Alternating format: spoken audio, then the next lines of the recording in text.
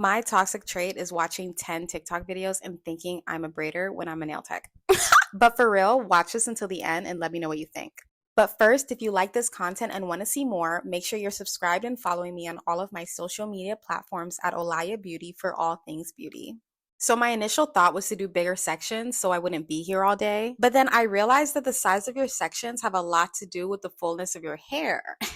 Now, it took me a little bit to realize that, so I'm going to come back to that. In a second, I'm going to show you how I was able to see the back of my head. I did decide to try the Milky Way brand of hair because I was on a budget and it's a human hair blend, so I figured it wouldn't get tangled like fully synthetic. The braiding hair was so soft and shiny. This is how I was able to see the back of my head. So I just started braiding. I was in a good mood, watching my podcast, couple TV shows, just different things to make the time go by. Okay, so back to what I was saying earlier about the parts. I realized by the end of the second row that my parts were rather large, and because the braids were on the thinner side because I wasn't using a ton of hair, I just felt like it wasn't going to give a full enough look, and I didn't want to start over, so I just decided that by the third row I was going to make the parts a little bit smaller. I think the hardest part when doing this style was adding the curls. Who told me to get 12-inch hair? Girl, I was being cheap. I guess I didn't calculate the fact that I was going to have to fold the hair in half when I was going to add it into the braid. But regardless, look, as you can see, the style was eaten. So there are the smaller sections on that third row, like I was telling you. This is when I really started to get excited because I felt like it was getting more full. I felt like I was getting the hang of it. It had been a little over 2 hours. I think I even ate a snack. I was still feeling good. As I reached the crown of my head, I was like really looking at the parts and I was like, wow, I really did something. Everything lined up perfectly just the way I needed it to. I saved the front for last. I did